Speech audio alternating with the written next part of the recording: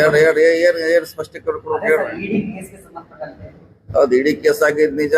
ನಮ್ಮ ಭಾವ ಮೈದ ಜಾರಕಿಹೊಳಿ ಸಂಬಂಧಿ ಮಂತ್ರಿಗಳ ಸಂಬಂಧ ಆಗಿದ್ ನಿಜ. ಅದ್ರಲ್ಲಿ ಏನಾರ ಸರ್ಟಿಫಿಕೇಟ್ ಕೊಡೋದು ಅವಶ್ಯಕತೆ ಇಲ್ಲ.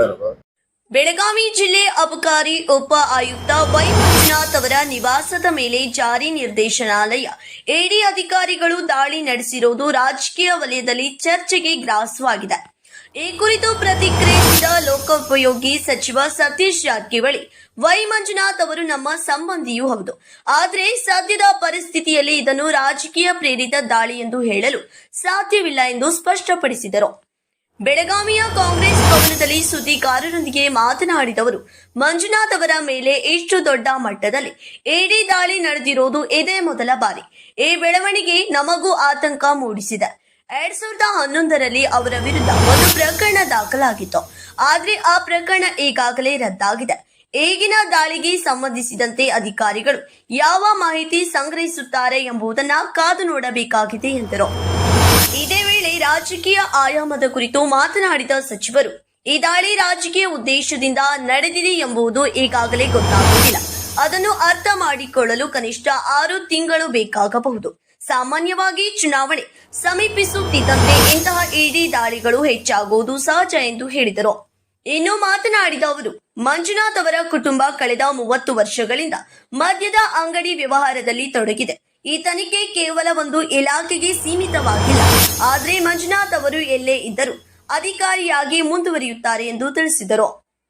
ಸಮೀರ್ ಅರ್ಬಾವಿ, ಗೋಕಾಕ್ ನ್ಯೂಸ್ 23. ಇಡೀ ಕೇಸ್ ಆಗಿದ್ ನಿಜ.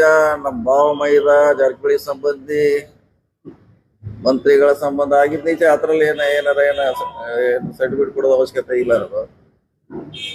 ಅದನ್ನ ಸ್ಪಷ್ಟೀಕರಣದ ಅವಶ್ಯಕತೆ ಇಲ್ಲ. ಅದೇನ ಎಲ್ಲರಿಗೂ ಗೊತ್ತಿದ್ದ ವಿಚಾರ. ಸದ್ಯಕ್ಕೆ ಹೇಳಲಿಕ್ಕಾಗಲ್ಲ. ಇನ್ನು ಅವ್ರೇನು ಯಾವ ದಾಟಿಯಲ್ಲಿ ಇನ್ವೆಸ್ಟಿಗೇಷನ್ ಮಾಡ್ತಾರ, ಏನ್ ಕೇಳ್ತಾರ, ಏನ್ ಮಾಡ್ತಾರ ಮ್ಯಾಗ ಅವನು ಇನ್ನೂ ಸ್ವಲ್ಪ ಟೈಮ್ ಬೇಕಾಗ್ತದೆ. ಸದ್ಯಕ್ಕೆ ಹೇಳಲಿಕ್ಕಾಗಲ್ಲ. ಇಲ್ಲಿವರೆಗೆ ಭ್ರಷ್ಟಾಚಾರ ಮಾಡ್ಲಿಕ್ಕೆ ಲೋಕಾಯುಕ್ತ ಇದೆ, ಅವ್ರದ್ದು ಇಲಾಖೆ ಇದೆ, ಬೇರೆ ಬೇರೆ ಏಜೆನ್ಸಿ ಅವ್ರು ಮಾಡ್ತಾರೆ. ಇದು ಫಸ್ಟ್ ಟೈಮು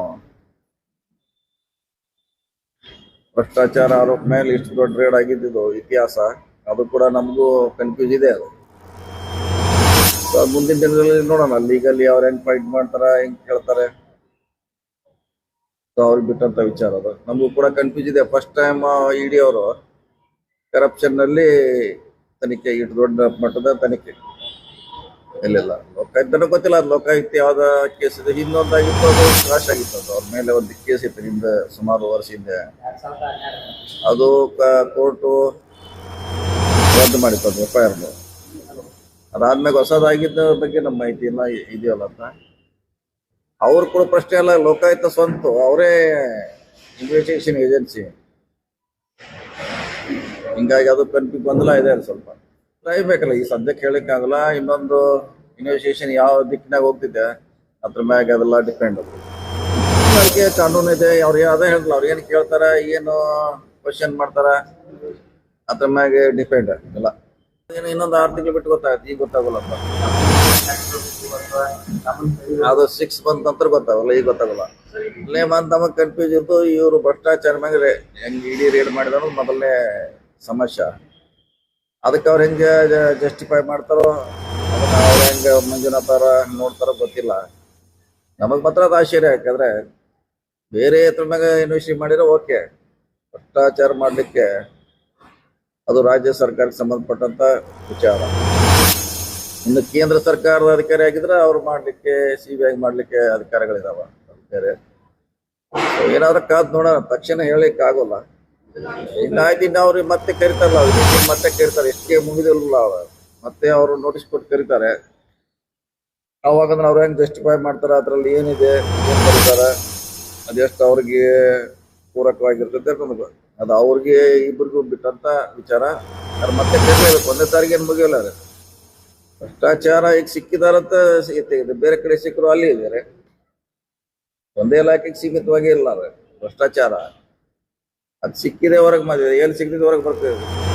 ಮತ್ತೆ ಮಂಜುನಾಥ್ ಇಲ್ಲ, ಅವ್ರ ಫ್ಯಾಮಿಲಿ ಇದೆ. ಮಂಜುನಾಥಿಗೆ ಮಾಡ್ಲಿಕ್ಕೆ ಬರಲ್ಲ. ಅವರು ಬ್ರದರ್ ಹೆಸರಲ್ಲೇ, ಅವ್ರ ಹೆಸರಲ್ಲೇ ಮುಂಚೆ 30 ವರ್ಷದಿಂದ ಅವರು ಆ ವ್ಯವಹಾರದಲ್ಲಿ ಅವರು ಫ್ಯಾಮಿಲಿ ಅವ್ರು ಇದ್ದಾರೆ, ಇವತ್ತಿದ್ದಲ್ಲ 30 ವರ್ಷದಿಂದ ಮಾಡಿದ್ದಾರೆ. ನಾನು ಸಲ ಚರ್ಚೆ ಆದಾಗ ನಮ್ಮ ಬ್ರದರ್ ಹೆಸರಲ್ಲಿ ಇದೆ ಹೇಳ್ತಾ ಇದ್ರು ಅವರು. ಸೊ ಇರ್ಬೇಕು ರಾಜ್ಯದಲ್ಲಿ ಅವ್ರ ಬ್ರದರ್ ಹೆಸರಲ್ಲೇ, ಅವ್ರ ಸಂಬಂಧಿಕರು ಫ್ಯಾಮಿಲಿ ಹೆಸರಲ್ಲೇ ಇರ್ಬೋದು. ಅದೇ ಗೊತ್ತಿಲ್ಲ, ಅದೇ ಸ್ವಲ್ಪ ಟೈಮ್ ಬೇಕಲ್ಲ. ಈಗ ಹೆಂಗೆ ಇನ್ನೂ 2 ವರ್ಷ ಆಗಿಲ್ಲ, ಅವ್ರು ಕೇಳುವಂಥ ಪ್ರಶ್ನೆ ಮೇಲೆ ಅದು ಅವಲಂಬನೆ ಆಗ್ತೈತೆ. ನೋಡೋಣ, ವೇಟ್ ಮಾಡೋಣ.